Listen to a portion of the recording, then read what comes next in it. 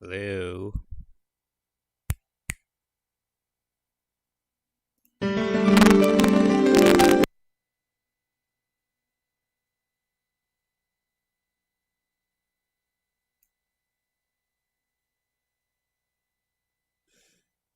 The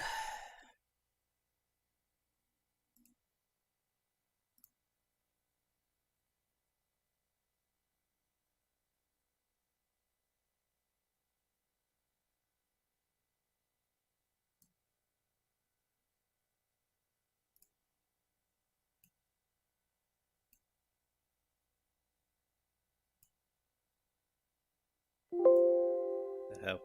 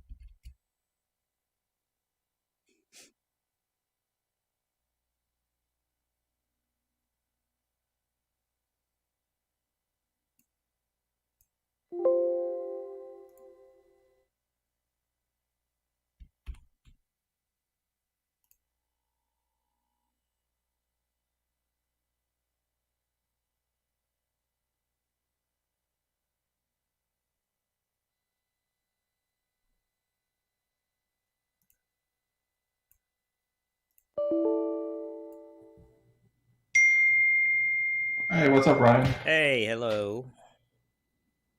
I'm Jason. We haven't officially met yet. Pierce is running late, obviously. Okay, I've been talking to him on Facebook, so we're in touch. Um, Let me. Okay. Yeah, sorry, I just got off of work, so it's still a little. Oh, we got frozen for a second. Sorry. Mm. Or at least on my end. Yeah, you're breaking up a little bit. What the heck? Shouldn't be my. Let me check my speed. If I need to reset my router real quick. Okay. I guess that's why we come early, huh? That's why I come early. Well, he told me to come 15 minutes early, so Yeah. like, okay. And you were like 17 minutes early. I like you. 17, I know. I try to be on time. It doesn't always work out that way, but I'm a stickler for starting things on time. Uh, Oh, we'll always start 30 to 40 seconds late. It's 30, no matter. that 30, I'm never getting that back. No. Yeah, you're never getting the 2 minutes that you were here early back, and you're never going to. Oh, you're right. You're right.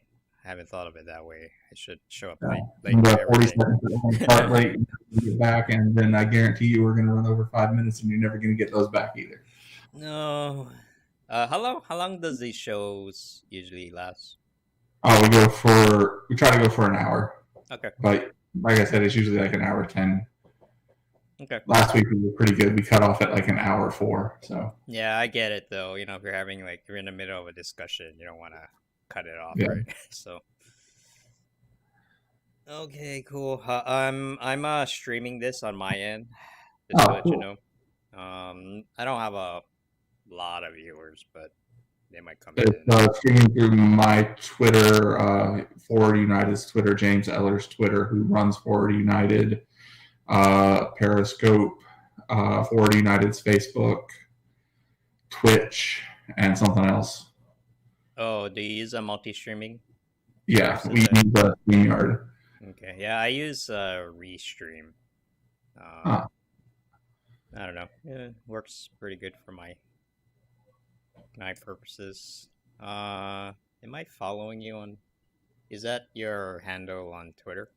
Yeah, my handle on Twitter and Instagram, my only 2 social medias. Okay, let me try to look you up. But I never use Instagram. I've been getting bullied on there, so I left it. Wait, on Instagram? Yeah, people are mean on Instagram, man. I Well, thought I thought Twitter. Instagram. I thought Twitter was the mean place. Yeah, but on Twitter I have like 23,000 followers that will defend me. Oh, okay. Man, I'm on Instagram. Followers who comment, post more food pics. That's what I do. Because I'm Yeah. like every time I post anything like political or techie, nobody cares. There's something about the picture that I'm not, Yeah. that I'm not really understanding. Man, why is it so slow?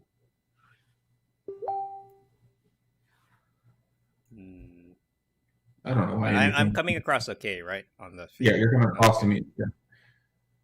And I check my speed. My speed's like exceeding what's there, so I don't need to like reboot or my router or anything. I think it was just a momentary glitch. Yeah. Which is just bound to happen regardless. Yeah, especially these days. Yeah. I've noticed a lot of it's like not obvious, but like just little things and a lot of the things that we use, even online, it's just like it's not working. I don't know. You know what I mean? You mean the increased traffic from everyone sitting at home in masses. More bugs, more like just a lot of little things that add up, and I don't know. Maybe that's just how what times are now. I blame Trump's ban of TikTok. Why did he have to do Kesha like that, man? Why did he have to do Kesha like I don't understand TikTok at all. I'm just like, It's like TikTok, you don't stop once the party, I don't get it. Why would you do that? I don't know. I guess people follow Jack, but Okay. I'm too old. I'm just too old. That's the problem. Kesha is now pretty old too, so. Oh.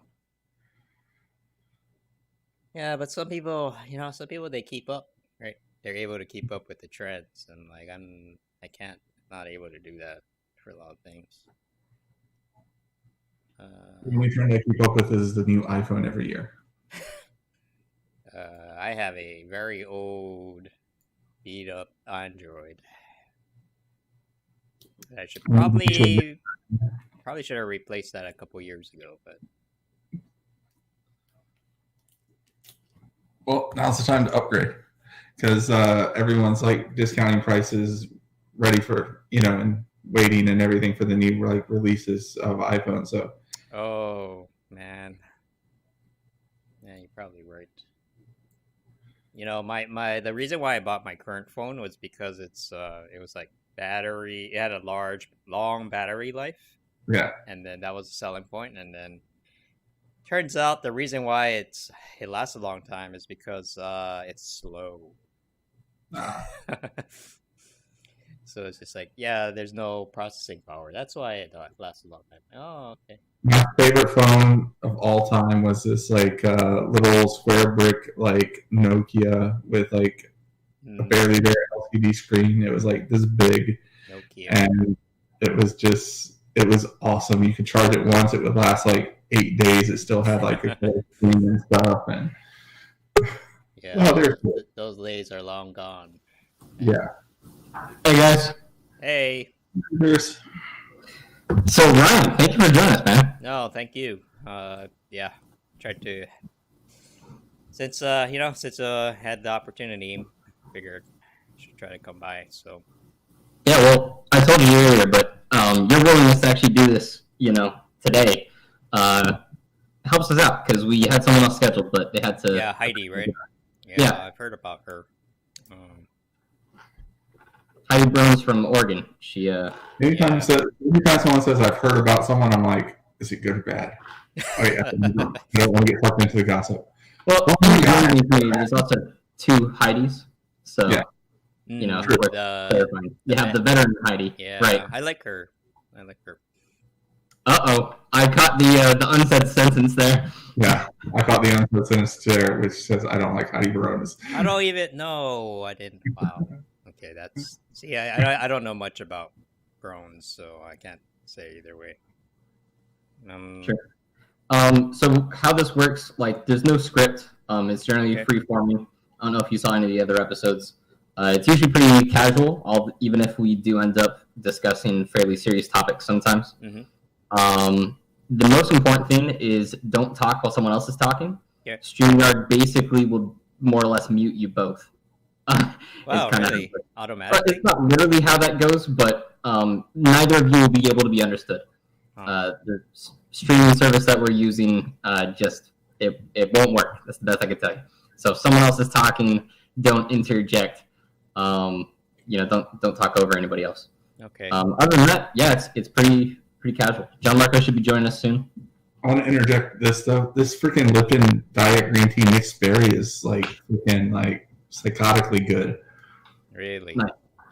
Speaking of which, I'm going to grab a beer. You are free to drink or use adult language. You don't strike me as the kind of person to do either of those things, but No, you'll be surprised, man. Just get me going about housing, then I'll. Yeah.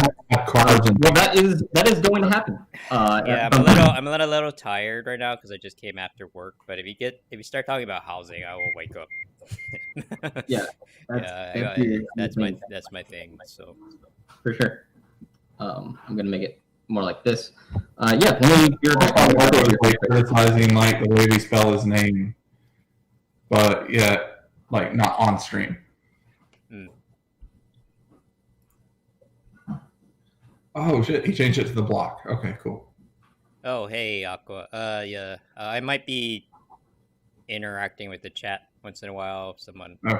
So just so heads up. That's cool. I might be like we might interact with the chat here too. So Okay. watch our screen because you'll see Oh stuff. yeah, up there's is it on comments?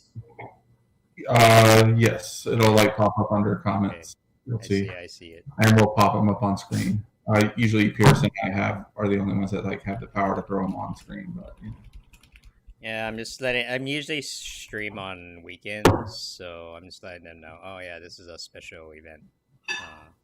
Cool. We stream every Wednesday. Wednesday, okay. Yeah. Yeah, it's good to have some consistency. I've been trying to work on that. It's hard when you start working, you know. But then again, I'm I'm lucky I have a job for one, so can't complain about it. GPS. Oh, he's wearing the wife beater today. He must have. Oh, there he is. Aaron, Hey. I forgot to press enter broadcast studio. I'm like, guys, we're like 7 minutes away. Where is everyone? I'm like right here. Yeah, we were here all along. How's it going? Where are you now? I'm back in LA. Oh, really? Yeah, trying to lay low until things start getting better. Yeah, I understand the feeling. John Marco, do you want to open today's podcast? Sure, man. All right. Yeah, the last time I opened the podcast, I introduced myself as John Marco. I still think you did that on purpose. I'm not falling for it. I didn't. Are you the host usually? Pierce is more so the host. Okay. I'm like comedic relief of stupidity. We're all the host. I guess I usually open first and maybe steer conversation a little bit, but for the most part, conversation flows really natural. John Marco, am I blind? Are you half shaved? Wait a minute. Yeah, I just noticed that. Yeah, the half stash is back, boys. The half stash. All right. Okay. I will ask you about that live stream. All right. Don't say nothing about it right now. I'm going to ask you about that. Let's live. get surprised live. Yeah. I'll pretend I didn't see that. Actually, we're still early. Yeah, we still have 6 minutes. His electric razor died. Those are my two bets.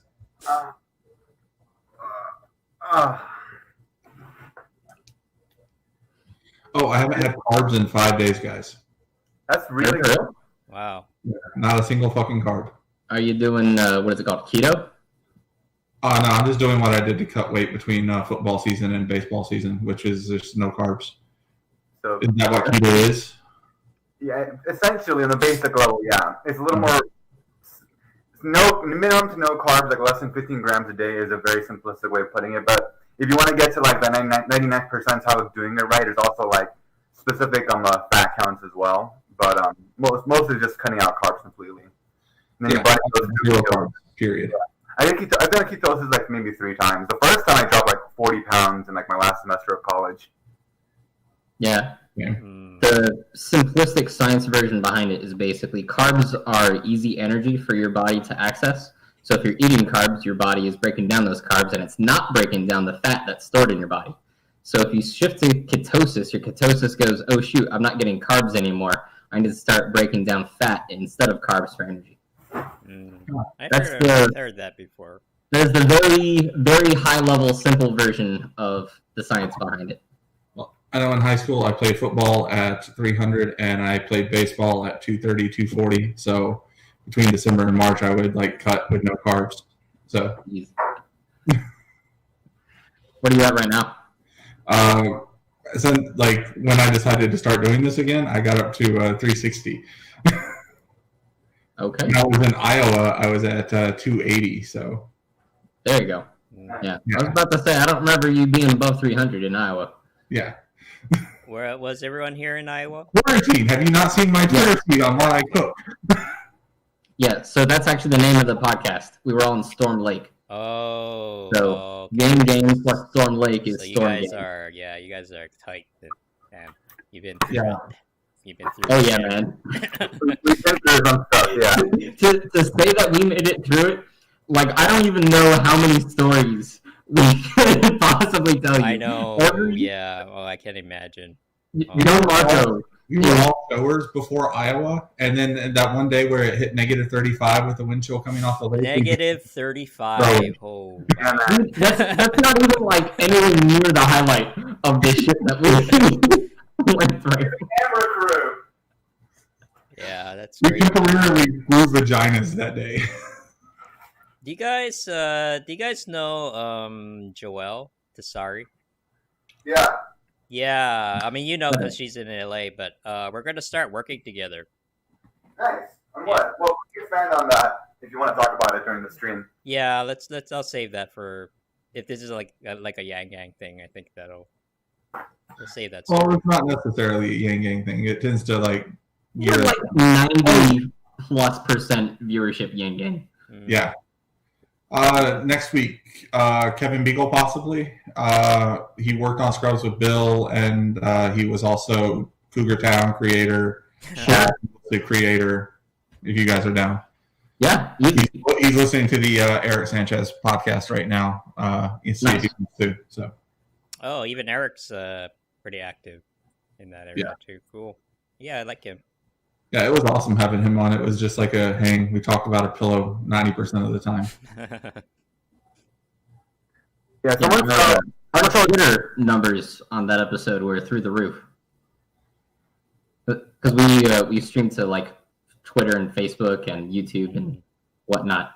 And the Twitter numbers on that one were just really high. Someone told James that he put GSP instead of GPS. I fixed that. Sorry. Okay. Not, like next week you're gonna see it. So because I made this earlier.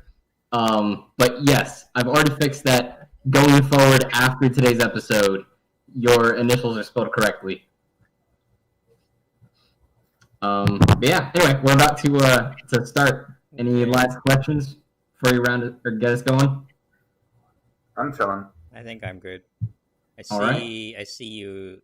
Okay, I think I'm following most of you guys anyway. So, yeah, I'm following you already, Jason. What's your Twitter handle, Ryan? Right now it's YIMBY Arts.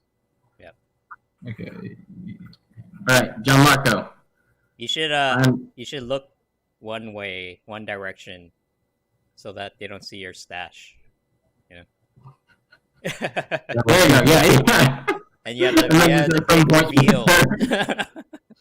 So I'll pretend the camera I'm looking at over here. Yeah. All right, Gianmarco, I'm clicking go live. You ready? Mm-hmm. All right, clicked it. Ready, set, go. Welcome everyone to this week's Storm Gang podcast. I am Gianmarco. We have the usual gang, Jason Pierce, and our special guest today, Ryan Tanaka. Hey everyone, thanks for having me. Yeah, thanks for being here, man. Mm-hmm.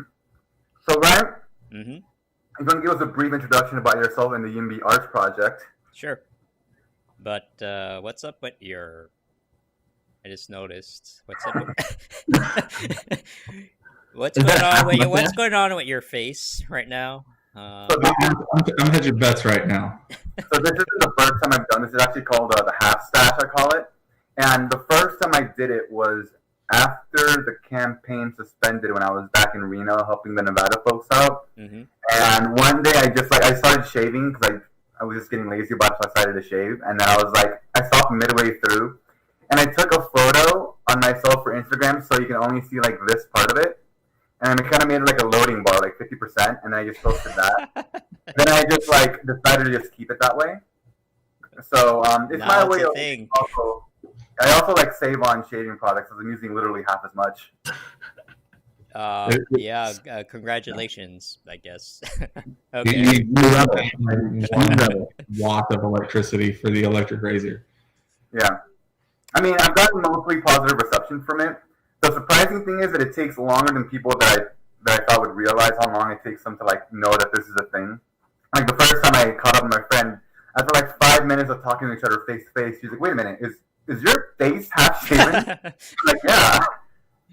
And then other people just don't bring it up because they thought it might be offensive. I'm like, no, it's just That's kind of funny. That's it's a new cultural thing. They don't really bring it up at all. Does he realize that? It's racist to mention the state of someone's facial hair.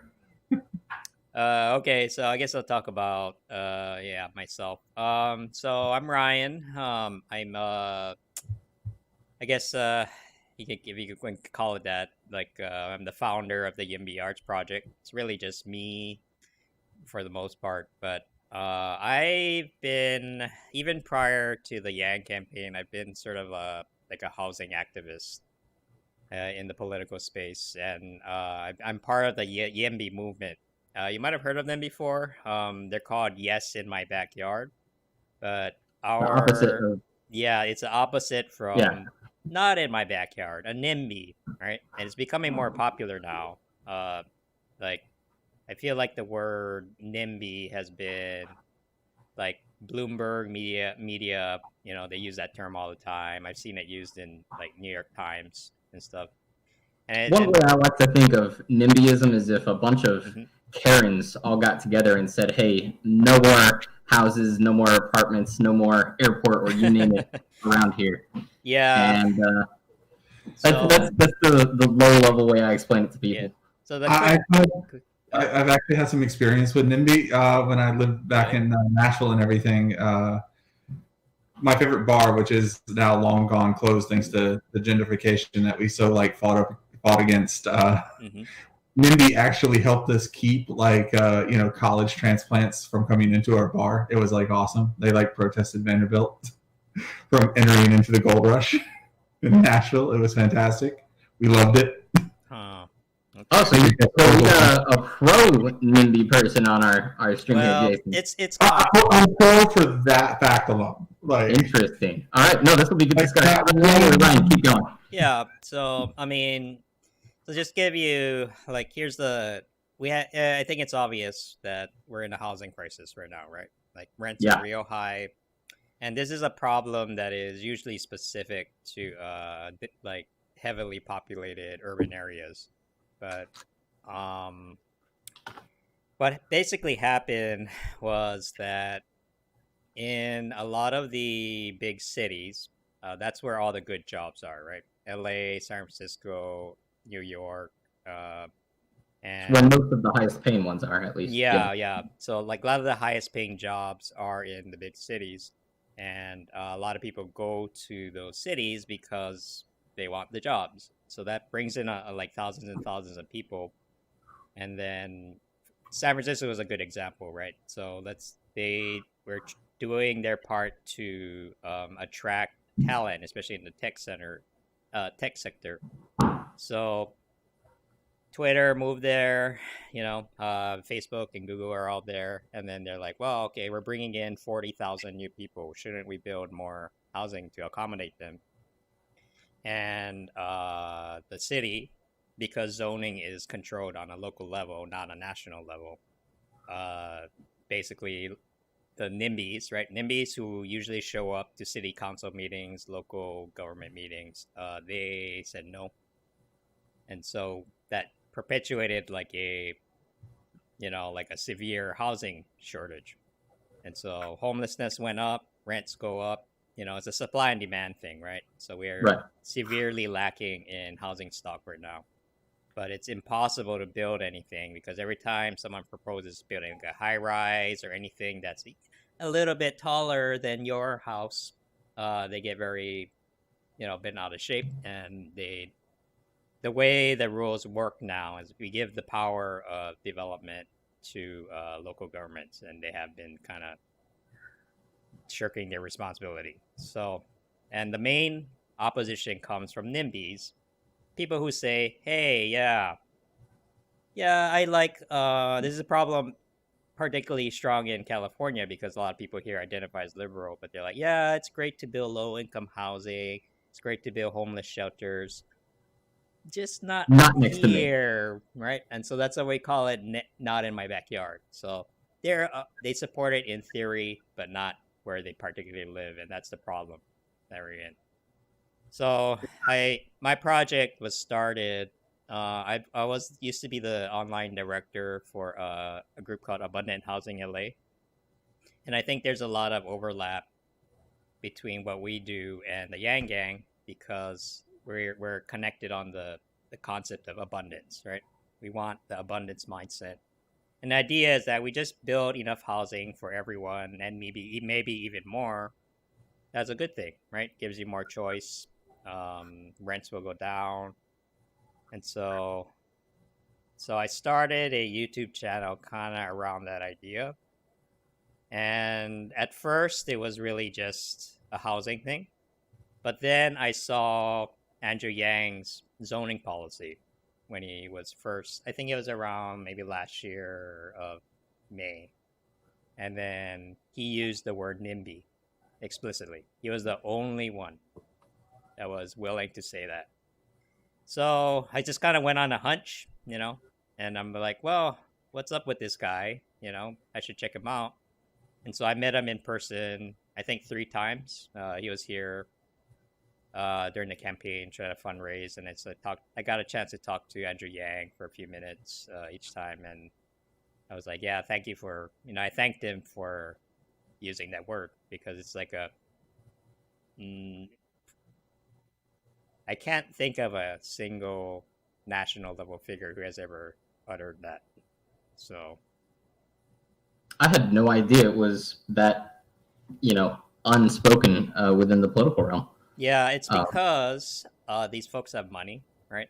Homeowners have money, especially in the big cities, and most of the politicians are beholden to their interests and their, even if they, like, a lot of them, maybe talk to them in private, they actually agree that we need to build more, we need to increase density, but they just don't, they're too afraid, because that's where they're getting their checks from. So that's the big problem we have to face today. And I took a chance on him.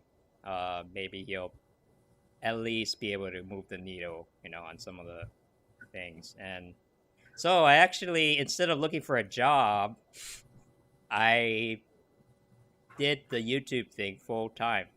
That's how much I believed in him, And it's interesting because a lot of people thought I was crazy. Like Ryan, shouldn't you be looking for a job instead of yanking people all the time? I'm like, no. I'm lucky I had enough savings to support that, but I was like, no, I gotta do this. And it's been a pretty wild ride because so after the campaign wrapped up, I was like, okay, well, I gotta go back to reality now, gotta start applying to jobs again. And I'm working as a property manager now, and my boss hired me because he saw my YouTube channel. So, nice. That's really awesome how that ended up working out. I know, I was like, wow, so maybe, it can pay off. There's a lot of uncertainty for a while, but it worked out for me in the end. And so, but it's the great thing about the Yang Gang is I feel like this was the first, like, I've had so many political experiences where I just you work so hard and you do the best you can to get the word out, and you just end up being defeated and depressed, right? But this time it was different. I was like, wow, being part of the Yang Gang actually made my life better in a very tangible way. So I'm pretty grateful about that. So, honestly, yeah, I would say the same thing for me. I want to hear the that. slogan of humanity first, right? Mm-hmm. To a lot of people that was a tagline, but I actually caught myself choosing how I would respond to someone or a certain interaction with just the mind, you know what? No, I'm gonna be the best person of myself that I can represent. I'm gonna be the most human self that I can represent, I mean, even if it's just me driving, it's all right, I have a bumper sticker with that name on it now. I have to make sure that I give ample time before I change lanes or something. This is something that, to illustrate, it really actually changed who I was, or at least influenced my behaviors, right? Yeah, for the better, right? Right, yeah, that was the goal. And then I took pride in that, which was the cool thing. Me being a military guy, I totally resonate with your statement. You feel a call to serve, as it were, a call for action. Yeah. And, a lot of people think it's rather outlandish to, pause your life and transition at least a segment of it to do something else, not for the money. That's for sure, But yeah. In your situation, as well as mine, and, the hundreds of volunteers that came out to Iowa, we were in a position where it's I can do that. And we decided that this mission was important enough to do that. And it's cool to wrap that up with and you got your next job out of it. Because you meet a lot of cool people when you find yourself in alignment with them for a greater purpose, Yeah, greater purpose. Yeah. You see it time and time again in history, whether it's people being a missionary or whether it's people, working for, Andrew Yang, or it's people, serving in the military, you name it. You see that kind of bond that's created over working together for something is what really changes the world. It really, really is. Yeah. And one of the things I always try to keep in mind is when I went to Reno and Iowa, kind of just threw caution to the wind and just went all in on this. Many of us that did that had the means to do so. And I always try to remember the fact that us being in that position is something, to be able to do something that we want to do and be able to do it is something that I want everyone to experience with whatever their interests or passions might be. And that's something that I think it's always important to keep in mind. Now, But speaking to your YIMBY projects, Ryan, someone obviously that's more well versed on housing and zoning than we are over here. How would you view Andrew's in particular's zoning policy? And additionally, I do recall, if I remember correctly, there was one of the fundraisers that you went to. You managed to actually pass him along like a package of information that he found very useful. I think it was after he had a stop in Nevada. Oh yeah, let me dig that up. Actually, well, I'll find it. I'll find it while you guys are talking about something else. But yeah. So I made a little packet where it was like, okay, Andrew's zoning policy. You could actually check it out right now. I think he brought back his policy pages recently, but it really just says NIMBYs are the problem. There's no specifics in it, you know. And that was the criticism I got from like a lot of my housing friends. It's like, well, yeah, he used NIMBY, but where's the, you know, the details? How do we, right? And for me, like, yeah, like for me, I've been in a position. I used to work for the mayor's office of housing up in San Francisco. I did their data stuff for a little while. But for me, I saw all the problems that happen kind of on the back end, and you know, what happens in the government, what happens in the industry. Now I'm learning a lot of real estate industry stuff, so I'm getting experience in that. But the main problem I felt was that there was no political will to solve it. You know, the solutions are already there. If you want to look up how we can solve the housing crisis without it being too disruptive to, you know, maybe Jason mentioned that earlier, but like sometimes when new people come in to your town, you know, they start taking over and, you know, it's disruptive, right? Sometimes it changes the culture. There's gentrification. And so the way we can solve that, people out of our houses. Yeah. But the way to solve that is something called missing middle housing. So right now we have like a dichotomy between single family homes, which are for rich people, right? I have to explain this because there's a lot of propaganda out there where it's like single family homes is not a luxury. What's luxury is apartments, luxury apartments and condos. And when you think about it, it's like, that doesn't make any sense. You know, it's actually more of a luxury to have one family living on one plot of land versus 25, right? And I mean, that's how most of the country is. Yeah, but we are very land space entitled in America.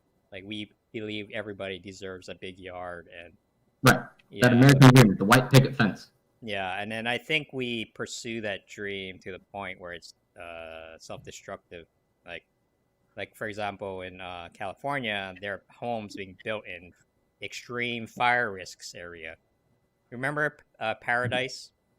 That town? It's ironic, but it burnt down. Yeah. The whole town burnt down, and they're like, "Well, you shouldn't have been building there, right?" I mean, hindsight's 2020, but it's like, why are you even there, right? And because people want that dream so bad, they're willing to commute hundreds of miles just to have it, and they don't want to have their, you know, it's just like, it doesn't make any sense. So, well, my one question is like with your movement and everything, like how do you keep Airbnb cooperatives, like companies that have like formed with multiple people, that's in, you know, that hire people to go out there and take out leases in like multiple places, from taking over like the denser housing that you want to build? Because a lot of times denser housing is close to like where people want to be, you know, the happening places. Yeah, and well, so forth. And Airbnb cooperatives come in and just like buy it up.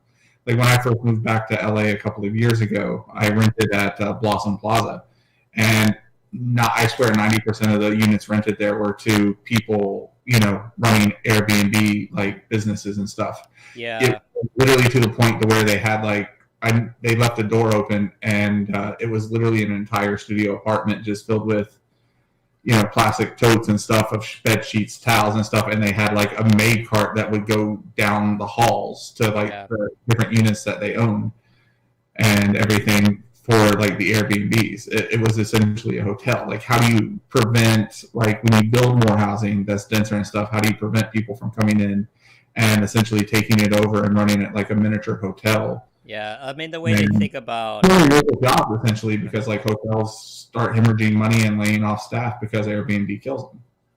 Like, how do you stop that? Like, what's your movement's like solution to stop that? Well, I like, yeah, it gets pretty complicated, but like the way to think about Airbnb is like it's not a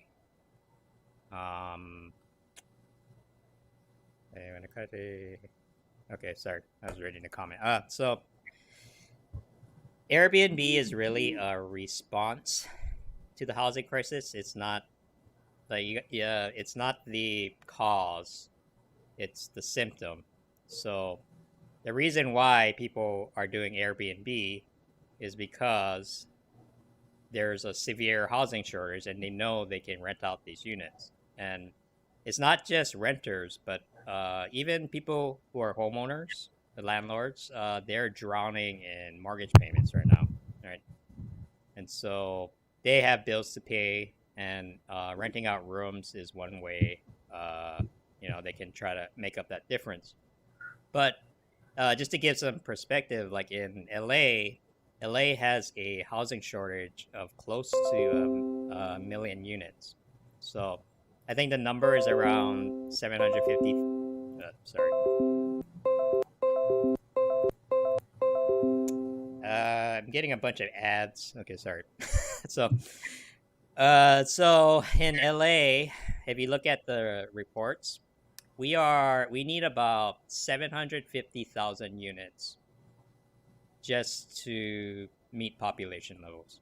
That is what's considered a healthy.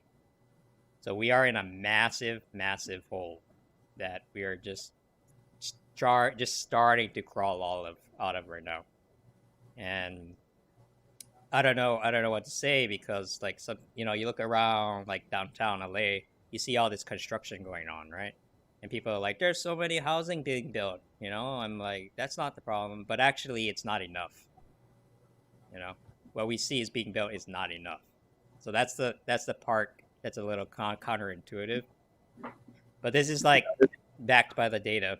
All the experts agree that this needs to be done, but it's really a political problem that we weren't able to touch. So you mentioned like how Andrew Yane's mentioning NIMBYism for the first time, and how his solution was a little generic, and it was basically, here's the problem. I would argue to a lot of people that once you identify the problem, that's not only the first step, but if the solution is to let market forces work themselves out, that's already a solution just without the government required involvement. That's actually a feature, not a bug. If the solution is stand back and let the world work itself out, and that would work out, that's a good thing, not a bad thing, right? Yeah, well, the way I saw it was that he was the only one. Like, the solution's already there. Right, if you talk to the experts, they already know what needs to get done, but nobody was talking about the problem. Right. Yep. And then so I appreciated that he identified the problem correctly. And right. Yeah. All over the place, making an apartment complex can be quite profitable. You just need to be allowed to make the apartment complex. Yeah, but it's not that simple, and I see it firsthand now that I'm working in the real estate industry. It's like, whenever you propose a building, it has to go through about 50 steps of red tape, and at the very end, the city council can block your development if they find a reason.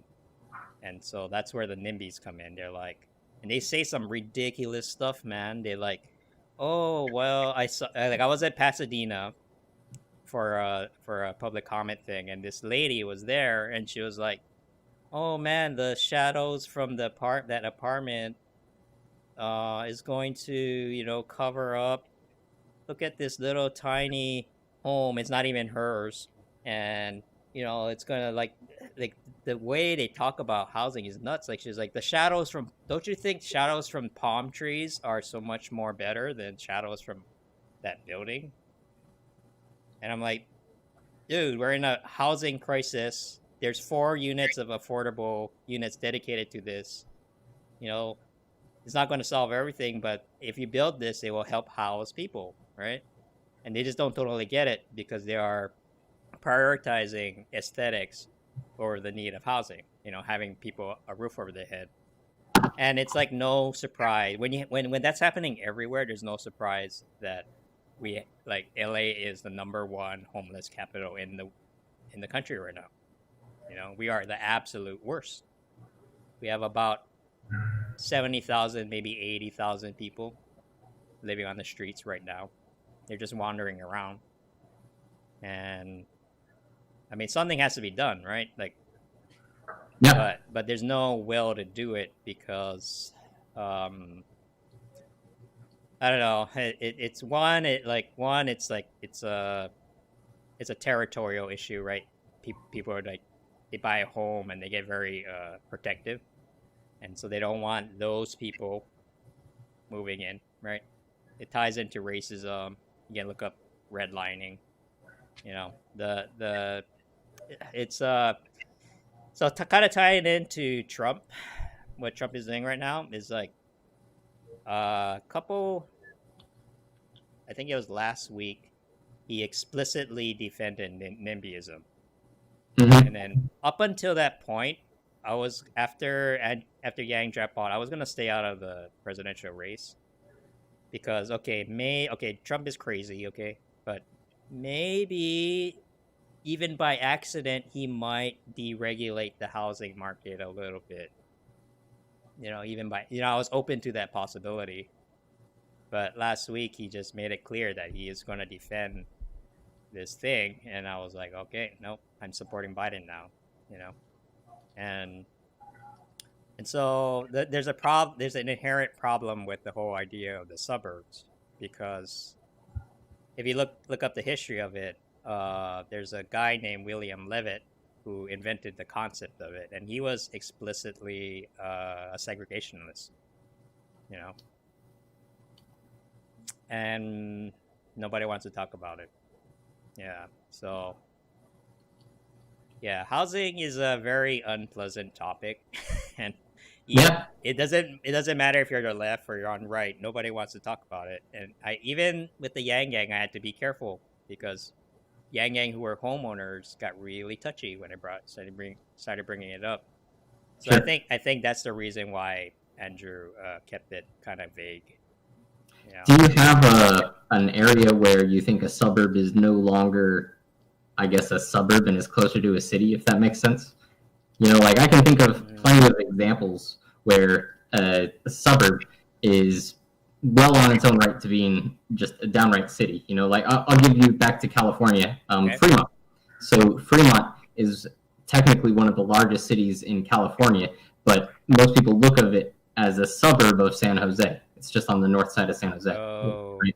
But it's got over 250,000 people in it. That is a downright city in most of the states in the country. It's right? just a little town of Walnut Creek. I mean, it's like, probably changed a lot at this point, but it's still considered a suburb of Oakland, and you're like, the fuck? Right, exactly. Yeah. Or Pasadena in LA. Yeah. At what point is Pasadena, Altadena, like. Yeah. At what point is a town less of a suburb and more of a city? Yeah. Well, I mean, it's not clear cut all the time, right? Because things change, and then people don't realize that these changes have been done. But so kind of tying back to what I mentioned earlier, missing middle housing, I would recommend looking that up because that is a solution that all of the housing people I know have agreed upon, and it's bipartisan. So say it again. Missing middle housing. Middle housing. Yeah. Right. So right now we have a kind of like politics. It's very polarized, right, between single-family homes and these massive concrete tower high rises, right? And I get that if you're a homeowner living in a quiet neighborhood, you might not want a 100-story apartment complex built right in the middle, right? Mm-hmm. Okay, I would personally override that, like there's more important things than how buildings make you feel personally, but like, yeah, okay, this is a great, yeah, Picture's worth 1,000 words. yeah. So the stuff on the all the way to the right is what people think is ugly, it's soulless, it's often run by mega corporations, right, that don't care about you. But look at all these options in the middle: duplexes, triplexes, fourplexes, courtyard buildings. You don't really see that too much. Townhouses, right? And even included is like live workspaces and co-living spaces, right? And so this is a way to increase housing stock without disrupting the character of the neighborhood. That's a phrase like NIMBYs like to use a lot, but Mm-hmm. but see, this way you can actually slowly add to the needed housing without changing the environment too much. And the best thing about it is that because these construction types are easier to do, you can hire local. You can hire local developers instead of having to get this massive corporate team, right? Sure. So So, what would you say is one of the driving forces in the lack of missing middle housing in general? Like, why is it more of a reaction to go for these large high rises that can house a lot more people in the same amount of space? again, it's political. So like in California, there's a bill called SB 50 that would have made like they would have allowed, like, like, keep in mind, a lot of even building duplexes and triplexes are illegal in many parts of the LA, especially on the west side. So every time you propose, like, okay, let's convert that single family home into a duplex, and they start freaking out. They freak out. They're like, oh my God, oh no, like, and so that bill SB 50, which was sponsored by like our YIMBY hero Scott Wiener. He basically, what happened was, just 2 years ago, they we worked really really hard on it. I actually went up to San Francisco to lobby for it, and then we got all the votes necessary, but yeah, but what they did was they actually shelved the bill through a technicality, and then they basically killed it because they tried to delay the voting process, and because they knew it probably wouldn't have passed during election year, and they were right, so they killed it. So there was the solution to the housing crisis, and then they went way out of their way to kill it. So Yeah, it just goes to show, like, people don't understand the importance of local politics. Like, the majority, like, a little more than half, they'll vote for the presidential election every 4 years. A little less than maybe 40% will vote in the midterms. But when it comes to your local level politics, which in my opinion has a drastically large effect on your day-to-day life, especially, as you said, housing and education, etc., yep. People just seem complacent and apathetic. And so you were mentioning earlier, though, that when you propose a building, there's like 50 steps of red tape, and then there's the public comment section where a lot of the Karens, so to speak, come out and say their opposition. Which, in terms of how local politics work, Yep. Is the public comment section a great starting point, or maybe even a very strong way to influence how a proposition goes? It is because so the work that we do at YIMBY, the day-to-day stuff, is try to show up at these hearings and then provide a alternate voice, right? Because there's an inherent problem with the way we do things, is that they usually hold these hearings at like 10 a.m. on a Tuesday. Who can show up to that, right? Working people? No. Students? No.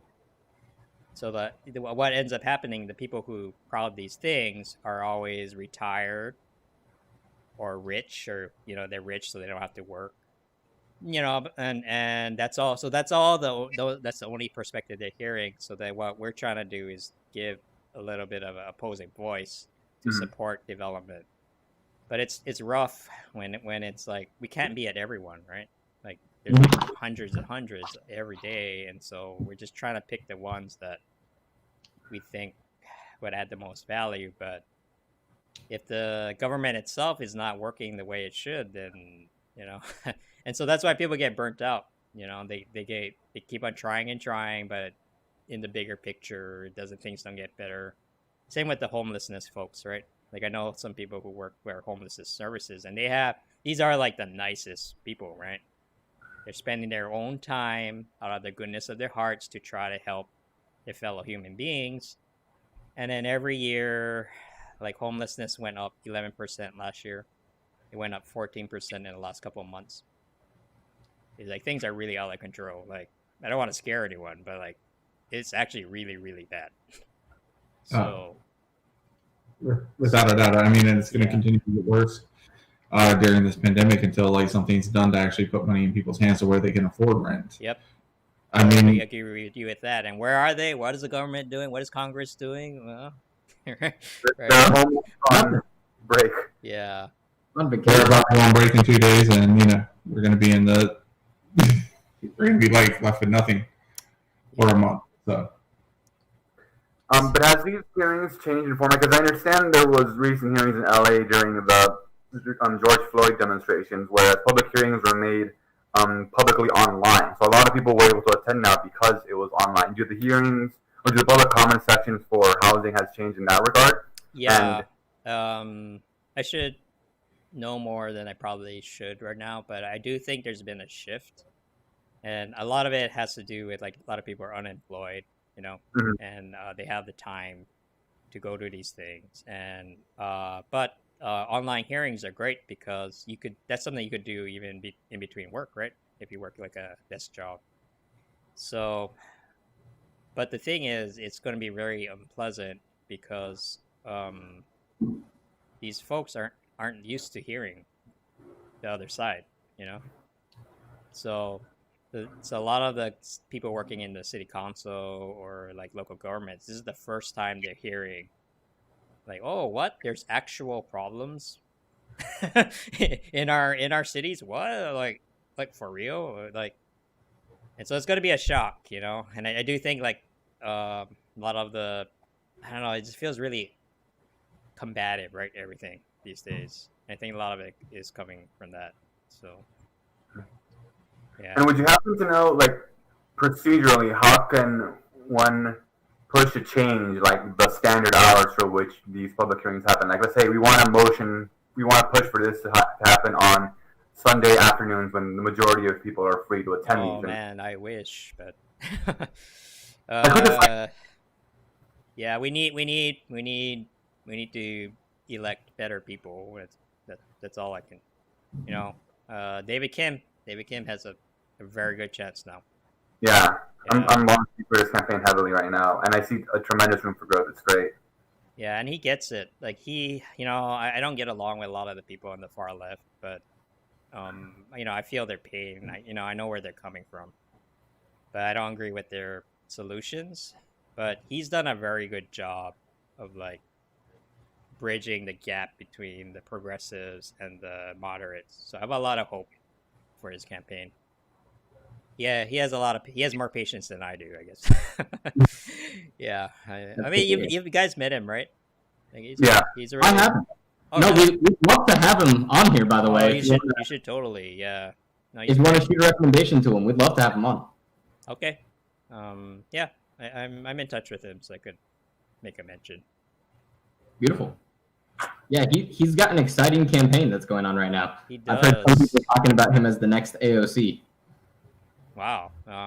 Yeah. I know the way I describe it. Like, listen, guys, if you guys want to see those Now This Politics videos of someone just spewing facts about UBI in Congress, like this is our opportunity to happen. Yeah, it gets me a little nervous sometimes. If you want to see lit, elect this guy. Yeah. No, And that's what I meant, by the way. I meant like as a celebrity, not as like a clone or right, whatever. right. I meant that, you know, AOC's kind of become a household name, but we Yeah. have 400 or I don't even actually know how many. I mean, as she should be. I mean, you know, she's literally one of us. I mean, like her politics or hate her politics. I You know, don't. Yeah. you know, she grows like right in front of us. She's willing to show that she grows right in front of us. You know, she's Yeah. wrong. She like admits to it. You know, like she changes her stance. Like she admits, you know, I used to think this, but now I think this. She doesn't try to like, you know, go back and like revisionist history her stances. It's just to give much more modern, right? which even though I she's a real fucking human being. She's not a fucking politician. right, yeah, she's much more modern. I'll say, you know, she's a politician of our generation, right? Yeah. You know, and she's reached a celebrity status, and I very much dislike a lot of things and stances about her. But all the same, if a pro UBI person could achieve that same level of celebrity and resonate the same way with the, you know, our generation, and Congress, that's a phenomenal thing.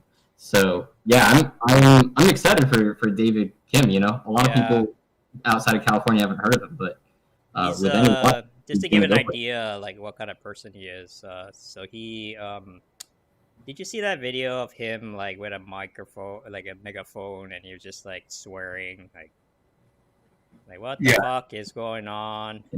This was like a couple weeks ago. Yeah, and for those that know, he marched to the home of Jimmy Gomez. I know. I was like, holy crap. and was on his little front yard, just basically calling him out for So keep in mind that this is a problem with the Yang Gang as well, but like we have to be careful not to scare the old people too much, you know. But so there was a comment left on my Facebook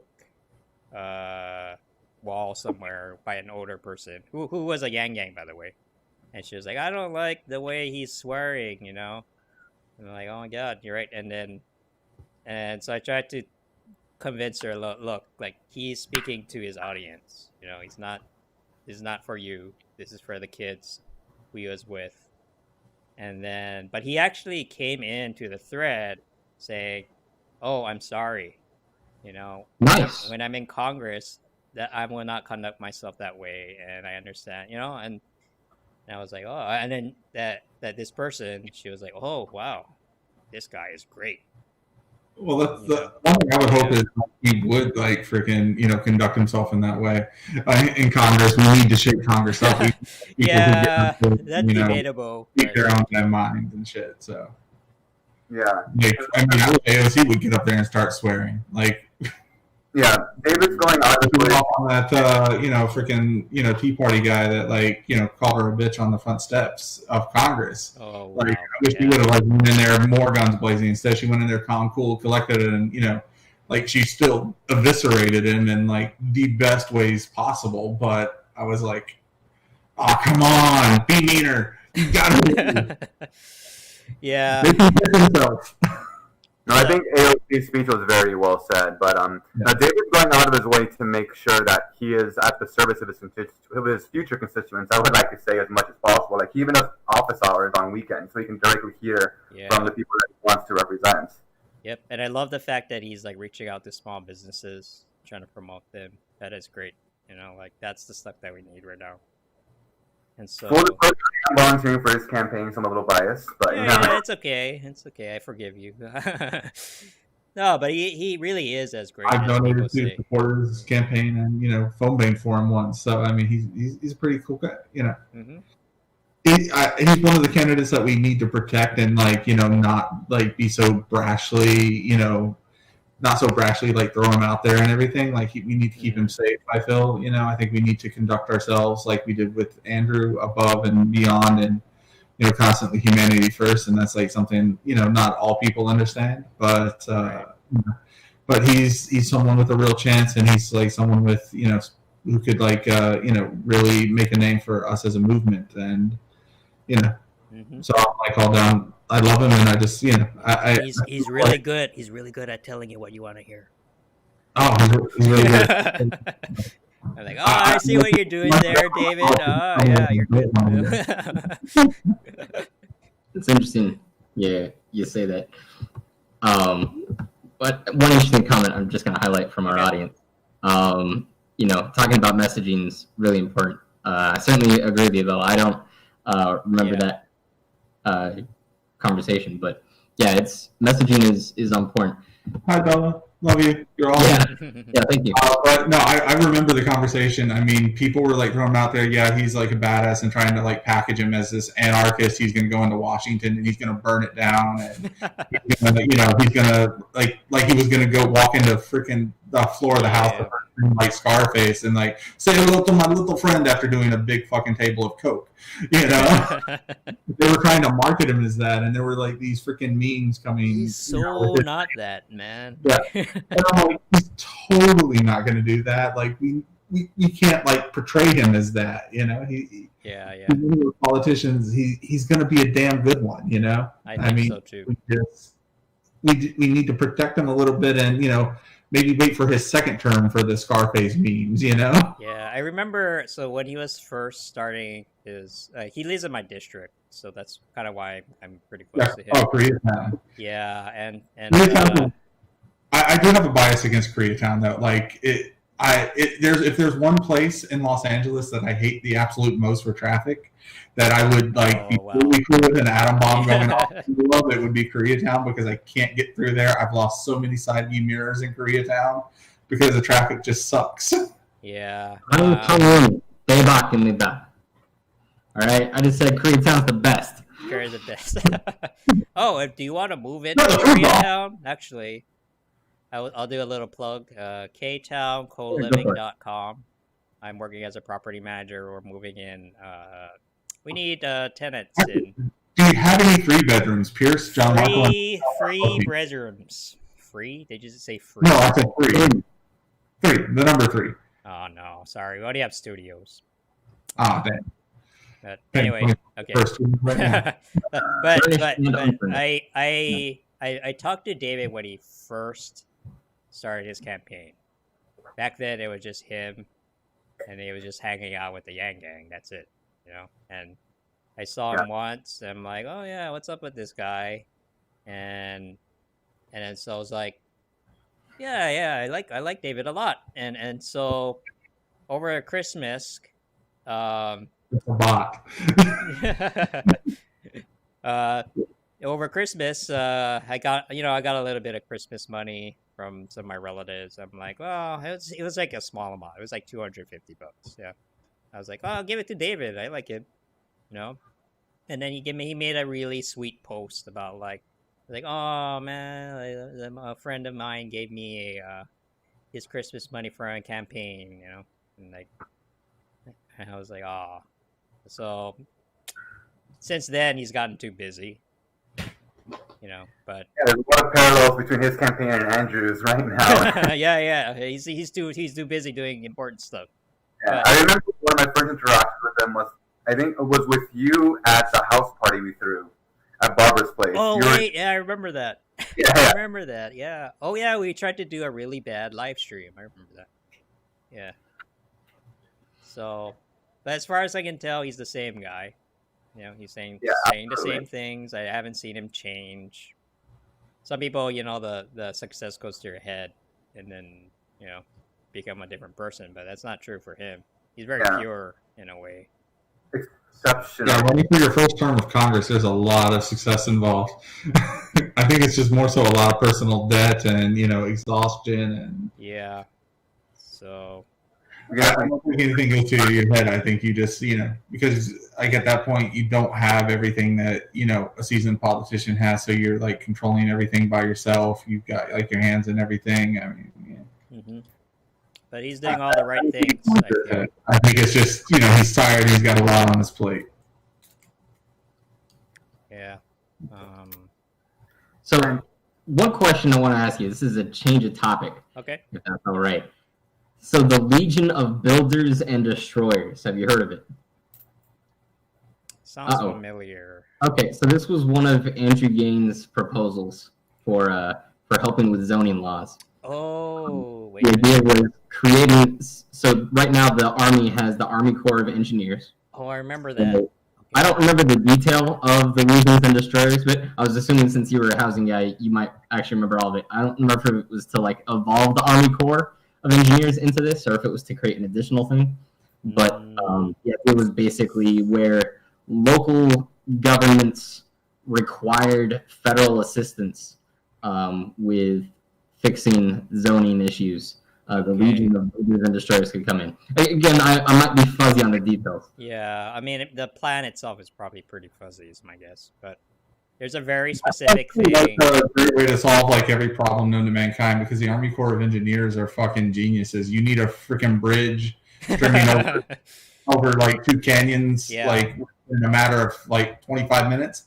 They got you.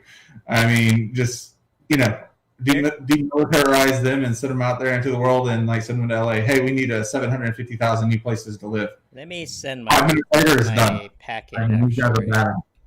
Actually, I linked yeah. the link on the private chat for policy. All right.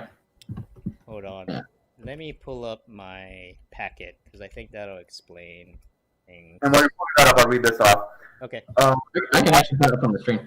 Yeah, modernized military spending. Our service members are our bravest Americans, and they comprise the finest fighting force on the planet. Often they are not being put in a position to succeed, either at home or abroad. Many service members are returning home with issues or injuries and aren't receiving the right support or opportunity. We need to invest more money and resources in treating our soldiers with the care that they deserve.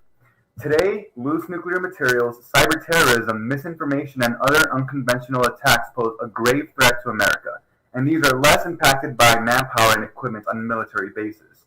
Money and resources should be redirected to places where it can do the most to protect us from the actual threats we're facing today. And a problem to be solved, the military budget makes up for 54% of all discretionary spending, much of which is focused on defending against threats from decades ago as opposed to threats of 2020.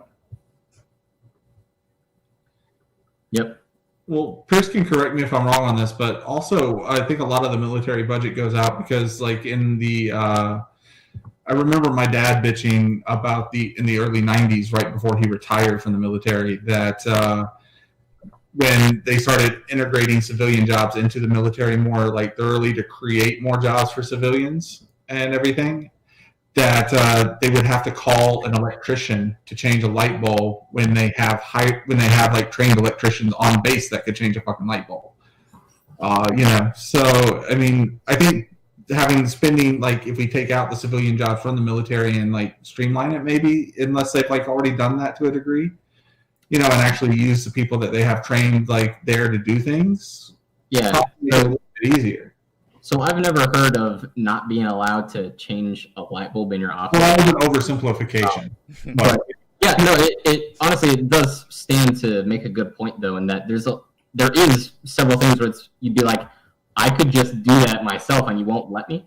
But due to various regulations or occupational safe and healthy hazard or whatever it's called, it's like, nope, sorry, you are not actually allowed to assemble that desk. The desk pieces must remain there. Until the guy from IKEA gets here to fix it. Well, I mean, I guess if you injure yourself at that desk, they wouldn't want to be liable. Or, I mean, like, I'm grasping at straws for an example, but the point that you're saying still has a large amount of truth in it. The overall point, though, of hiring civilians as a method of waste, that actually is a very valid and intentional part of government spending. So Congress mandates the size of the military force. And quite frankly, sometimes that size is a little less than what is necessary to do various missions that have been assigned. So one way to get around that is, instead of hiring, another soldier to do the job and recruit them and train them, you just hire a civilian to do the job, or a contractor to do the job. And that gets around the personnel manpower limitations. These contractors are more expensive than service members. That is actually the norm. The vast majority of contractors are paid more than service members. So yes, that definitely ends up costing more. Government procurement is a huge industry. Yeah. And that's where Bernie makes his money.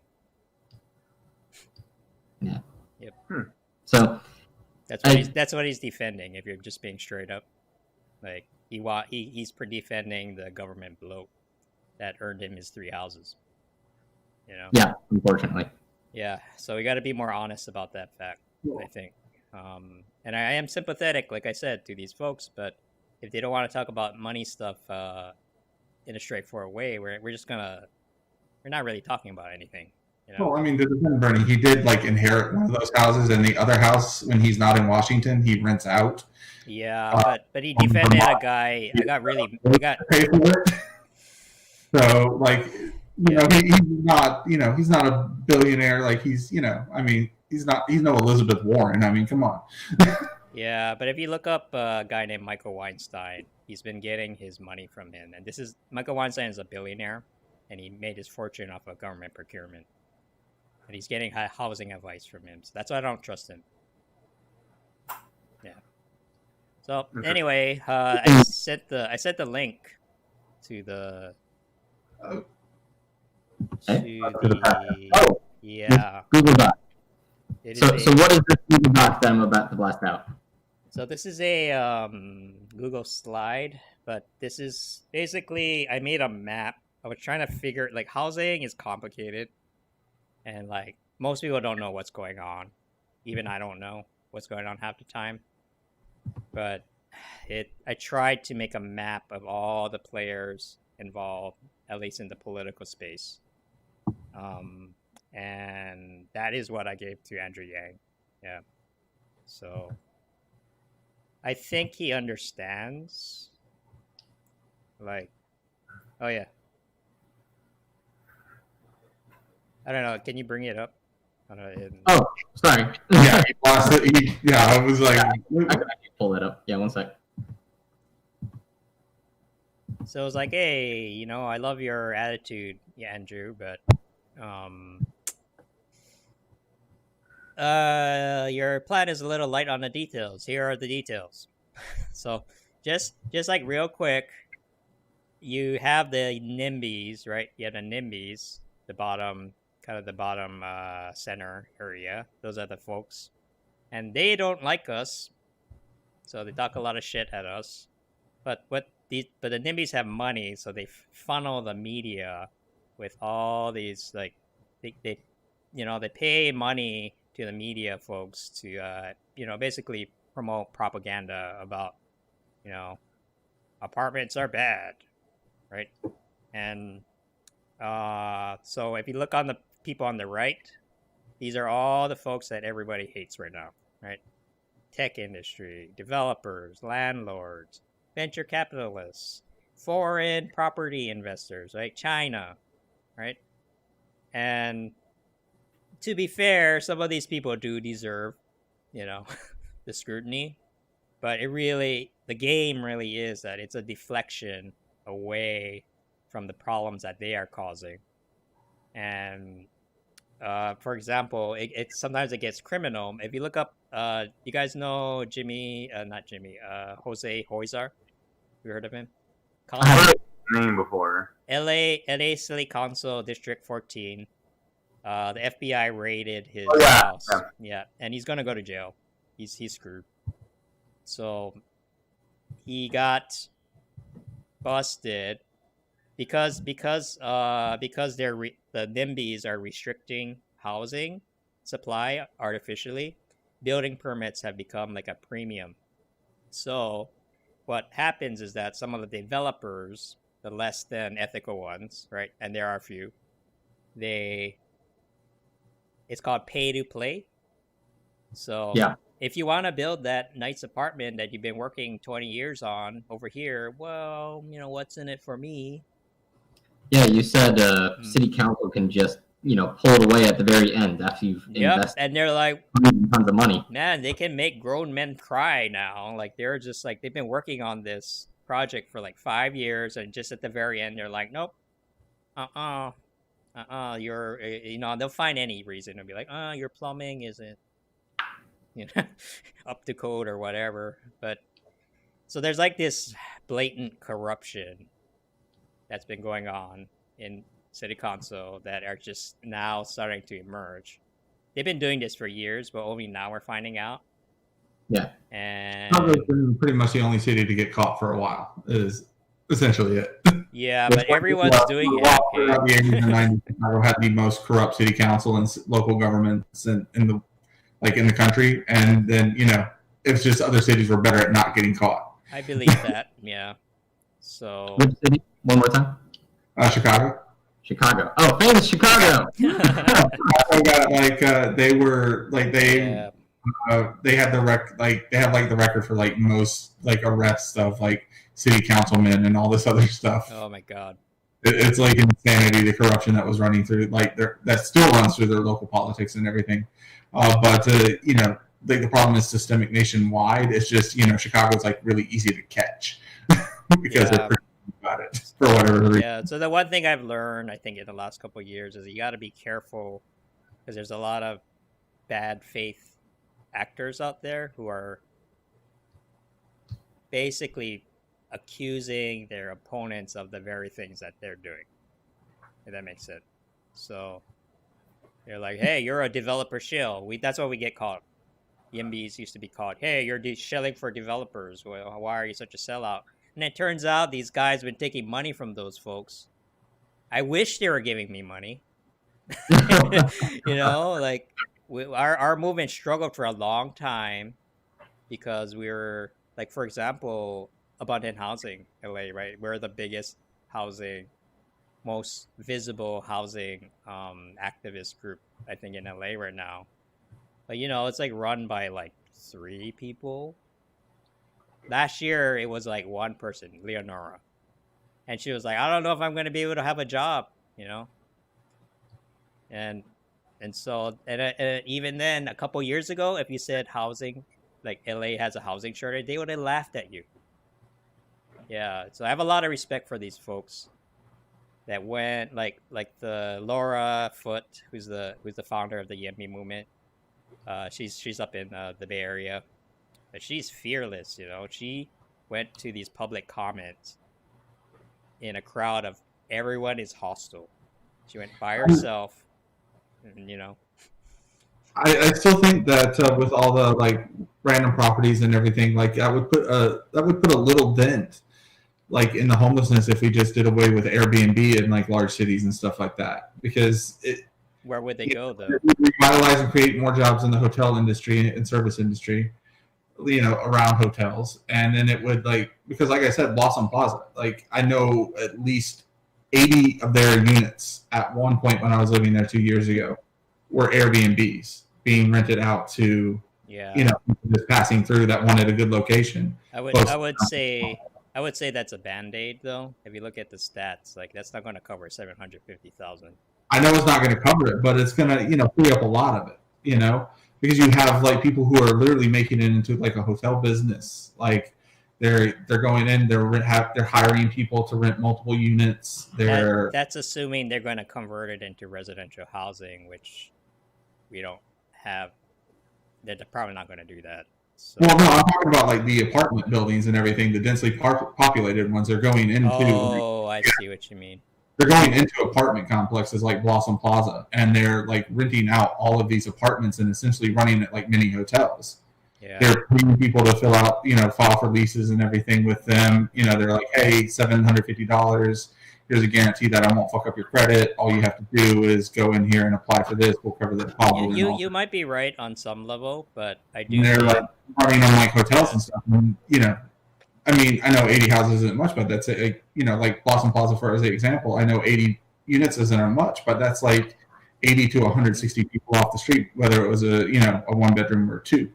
You could be right about that, but I feel like that's coming from a scarcity mindset, right? People are doing that because we just don't have enough, and so they're trying to figure out all these clever ways of how to and the solution really is to have an abundance of housing. That's why we're called abundant housing, And if we had enough housing for everyone plus more, people can do whatever they want. You can Airbnb. Who cares? Right? If you don't like it, go live somewhere else. And so, yeah, it's a hard thing to confront, because if you look at the numbers honestly, it's like you realize, oh my god, we are so behind, you know. And it's just like you realize there's this mountain. You gotta, we have to climb Mount Everest, and then we're just at the bottom. But I want to kind of end on a positive note, because there are solutions out there. It's called modular housing construction, and this is something that the developers are really excited about right now, because, like, for example, in Koreatown, they put up a 50-unit apartment complex in 6 days. So I was like, whoa, yeah, it blew my mind. I'm sure there's more involved, but if we wanted to get out of this housing crisis, I think we can, and we can get it out of it fairly quickly. But we just need the will, and we have to be okay with more density. We can't be at, and that was the whole reason why I started my project, because I wanted people to have positive feelings about density, because in Japan, for example, rents are cheap, dirt cheap there.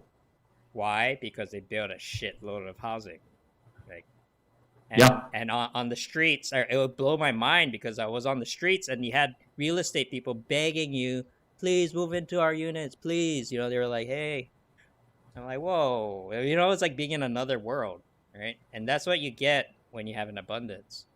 You have the real estate people begging for you, So, Japan's not a cheap country, but you can get an apartment in Tokyo for $700 a month, and it's not like a garbage apartment, And that comparison, that's like saying I got an apartment in New York City for $700 a month, like a whole apartment. Hopefully you won't die while you're there, right? Like, it would blow people's minds. Yeah.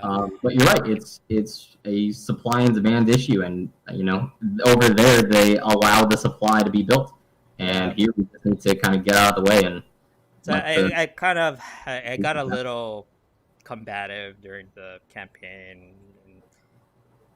And, you know how it is, right? You'll be like fighting with other candidates, but I'm trying to get back to the more positive side of it. It's like, hey, you know what?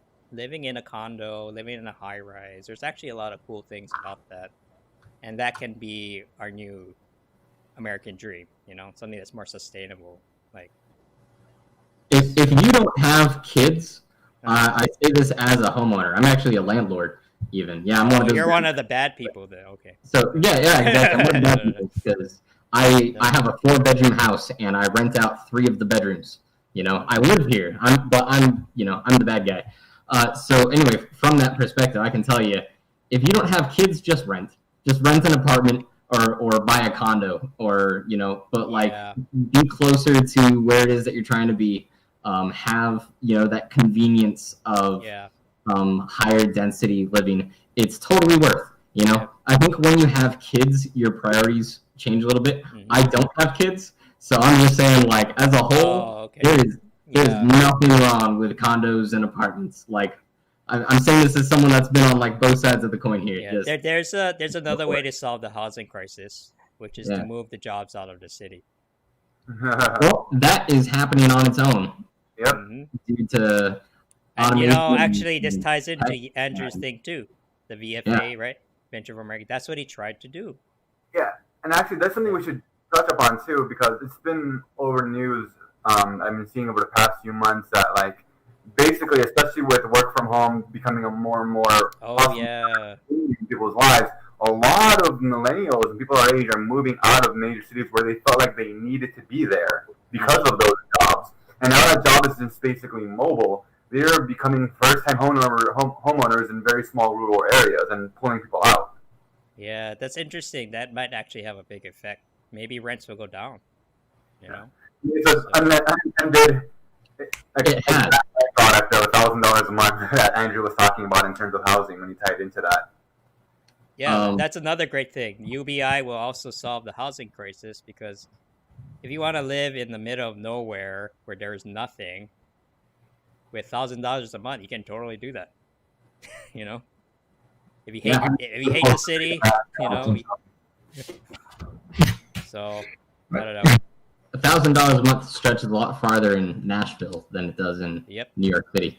But yeah, $1,000 a month in Nashville. Oh like, man, I saw well, this. Nashville, like, Oh, well, not it's- from Nashville, but has spent a good time, in Nashville collecting like degrees from Belmont. I can tell you, it is like definitely not cheap to live in Nashville. Okay. I mean, I guess I could have picked a better example. Would you prefer Oklahoma City? Would that be a better example? Yeah, I usually when I explain housing things to people, I pull up a map of LA. I'm like, okay, look, the jobs are here. Yeah, there's housing way the fuck out, whoa, over there. But who's gonna commute that far, right? Like, no one. Believe it or not, so when I worked outside DC, I had a coworker that lived in Pennsylvania. He would work. Yeah, so he would work 10-hour shifts 4 days a week to put in his 40 hours. And he would get in at 6 a.m. and he would leave at 6 p.m. and he would just drive like 2 hours each way every single day. But I mean, he did that because his wife was from that area in Pennsylvania, and because the housing was just so much cheaper. He was able to have like a whole, house and yard for the kids to run around in, safe neighborhood, the whole thing for like $130,000. And you're not going to find that in DC. That's just not going to happen. So for him, it was worth that extra, hour and a half each way of commute he was doing. It worked for him, but I think that work is it's completely unrealistic to expect that to be a large scale solution, though, because then you're also just going to congest the roads, and like that works for an individual, that does not work for a society. Right? Yeah, and the thing is, like, you got to keep in mind, like, when you have long commute times, like another thing that dense housing density solves is long commute times. You can live right next to your workplace if you have enough housing. And right now, especially in LA, we're spending half our lives in our car, and not only does that lower your quality of life, it's unfair to poor people who's commuting from East LA all the way to Santa Monica, right? Just to like clean someone's shit, right? And so, yeah, it's just like we're making it hard for everyone, and that's not, even the NIMBYs, the saddest thing is the NIMBYs are like, why are all my kids leaving me? Because they can't afford to live near you, man. And then that's when they start. Yeah, I don't know, like some of the tougher people in our movement, they have those conversations and they make people cry, like. Sure. So, because it just hits you, right? You're like, oh my god, what, So it's unpleasant, man, and I'm used to getting yelled at every time I bring up housing. I'm just like, it's a bummer, right? And I'm hoping we can get past that, at some point. I'm hopeful too, man. I'm rather optimistic about that. I think so. I think we can. Yeah. So thanks for joining us, Brian. It's been an absolute blast to have you. Thank you. If people want to read up more about this or follow you, where should they go? Just go. I'm most active on YouTube. I'm sort of like taking a pivot. I'm doing more music things now, but there's all the footage. I was doing YouTube full time last year, and I have about 600 videos, I think, that I made during. So all the crazy campaign stuff, I'm a little embarrassed to like look at them again, but YIMBY Arts, right? That's the name of the channel. It's all there. Yeah, it's all there, especially for the Yang Gang. Yeah. Yeah.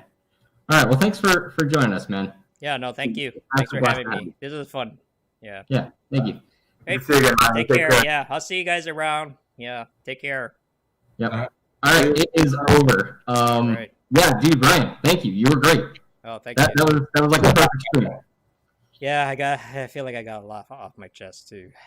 Yeah, like, good. It's nice being able to talk about these things without getting yelled at. No. I'm sorry that's been your experience, man. Yeah, it's like, I don't know, I struggle with it a lot. I'm just like, sometimes I'm wondering why even bother, And so, but with the Yang Yang, I know we can work it out, right? We can, even if we have disagreements. Yeah. Normalize having difficult conversations. Wow. Yeah. For the most part, I mean, this was actually fairly easy because we're all mostly aligned. Jason shared his pro NIMBY experience, which I think actually really added value to the conversation. I think so too. Yeah. I mean, NIMBY by like any stretch of the means, but like if it can keep trashy ass, thong wearing fucking. I know. I mean, there's some truth. There's some truth to the idea that some of these folks coming around outside are like, But... I mean, and just last year the Gold Rush actually ended up. I mean, the Gold Rush is where I wrote my first novel. It's like where I wrote like my first screenplay that I sold. I mean, I like literally just went up there, holed up in a corner, and drank PBR and wrote. And it just kind of sucked to see. People come in and just like trash it and throw up in it. I've had sort of the.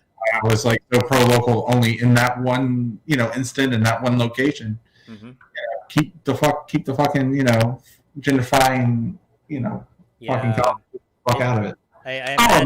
So if you want to come back onto our podcast down the road, I want to talk to you about gentrification. All right. Okay, that is headline. I might be speaking from a position of ignorance or a different perspective on what gentrification is, but my opinion is gentrification is a good thing. I agree. Literally improving the area. But gentrification comes in, like rents go up. So yes, but that's an incomplete perspective. But so it's a very incomplete perspective, I feel like. Yeah, it's gentrification is not necessarily a bad word, but it's become a bad word because it's been tied into displacement of low-income people, right? But it doesn't necessarily have to be that way, and maybe we can talk about that. Yeah, it's also like one of those things where it like displaces people who just generally like the way things work. You don't have to be low income. Like you build an ecosystem, and then gentrification happens, and you're like, the fuck, you just closed down my favorite fucking coffee shop that's like been here for 50 fucking years, and it's replaced by a Starbucks.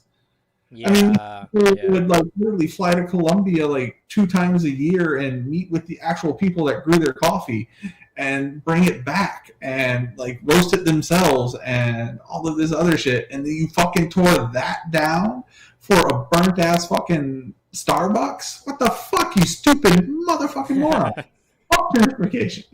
Yeah, no, I get that point of view, but like in San Francisco, for example, it's really depressing because like when I was up there, and I left there because I couldn't stand it anymore. But it's like every month I would have a friend or two that would just disappear because I can't afford to live here anymore, and a lot of the reasons why those venues closed down is because of high rents. They can't afford to keep with the mortgage payments, so they need to shut down. So I think the way, and then what happens is that the big corporations who have the money, they come in and they take over, and everyone's pissed. And I get big corporations coming in and taking over. Mm-hmm. That's why I hate it. Yeah, and so that's why we have to figure out how. That doesn't have to. And then you get those freaking, NIMBY people who don't like, the fact that a farmer drives like 40 miles into like the edge of the city where you live to sell his like fresh produce, and you love his fresh produce because it's like fantastic to cook with, and you can't find a decent fucking squash anywhere because like people like, I want to buy my squash at like Whole Foods, where it was like bought and trafficked from like some child slavery ring in Portugal, or where the hell slavery happens. But it's fuck. I hate gentrification. Yeah. Right. Well, we can save that for later. Next time. Yeah. This was it was a great talk, Ryan. So I'm glad you were here, and I hope we do it again. If you do want to reach out to David Kim on, I will. I'd be honored. We would love to have him, and we will be very flexible on which Wednesday. Are you drying your nails, John Marco? Yeah. I mean, you just look like one of those prissy bitches that just like finished at the salon. You're just like, Are you telling to cut it? Cut it. We're done. Advantage to having half of your beard. Okay. Well. Yeah, I gotta it's been take off. another couple of days when the stubble on this side gets so bad that you're like, ah. We'll see how long it can take us. Yeah. You can give them my number if you want, or you can reach out to. I'll just reach out. Yeah, I sent him once, but he never responded. But yet he has like, yet of course he has like his DMs open to everyone and like, 40,000 followers. So yeah, I'll give it a shot. So okay. Oh, thanks everyone. I'll see you guys later. Yeah. cool. Yeah, thank you, man. Yeah. Man. Yeah.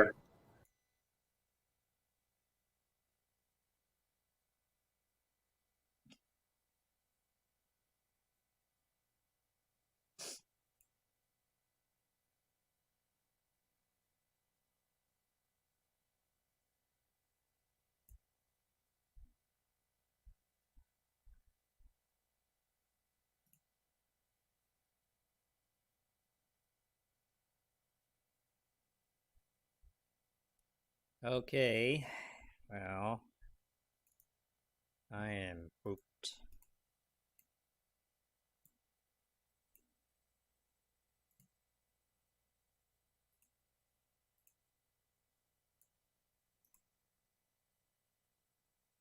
Discussion next week. Okay. All right. Thanks everyone. I just did this for the footage. So, take care.